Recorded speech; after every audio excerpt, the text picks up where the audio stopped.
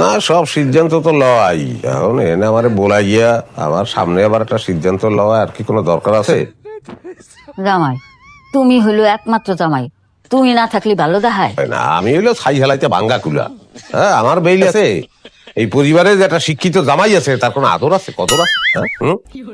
আমি শেষ একটা প্রশ্ন করতে চাইছিলাম পোলাটারে, আব্বা এই প্রশ্নটা আমার করতেই দিল না।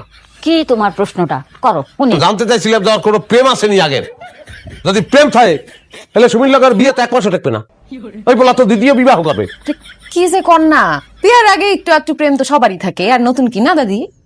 কেডা লোকটা, কেডা কার লগে প্রেম ছিল তোমার? কি করতেছো জামাই? আমার আকলি মা একলা কোনদিন বাইরেও যায় নাই। যাও আব্বার সামনে এইসব বিষয় এখন আমি আর কথা কমবো না, আপনার কমবো না। দেখ আব্বা, আমি কোন বিষয়ে কি বলতে চান এই কোন? ছেলে আমাদের পছন্দ হয়েছে। এখন ছেলে পক্ষের যদি সুমিরে পছন্দ হয়, বিয়ার কথাবার্তা আগাবে। সবকিছু ঠিকঠাক করিয়ে রাখছেন। একটা গাঞ্জাখোর ছেলের কাছে যদি মেয়ের বিবাহ দেন, আমার আর কি বলার আছে? দেন, দিয়ে দেন। দুলা ভাই, আমি খবর নিয়ে দেখছি সে কোনো গাঁজা টাজা খায় না। ওরে বাপরে, বিয়ার আগেই জামাল লিগেটা আনজাক, ভালো ভালো ভালো ভালো। তাহলে আমি রাজি, আর কি করবো? আমি ঘর জামাই হেলিকে দুই জামাই দুই চোখে দেখতে পারবেন না।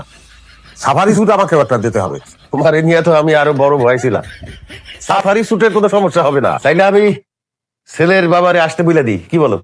বলেন, আসতে বলেন, আর সব ঠিকঠাক করিয়ে দিয়েছেন। আইবে লও করে লও, ঘর লও করে লও। হ্যাঁ, সুখে থাও, সুখে থাও, সুখে থাও তোমরা।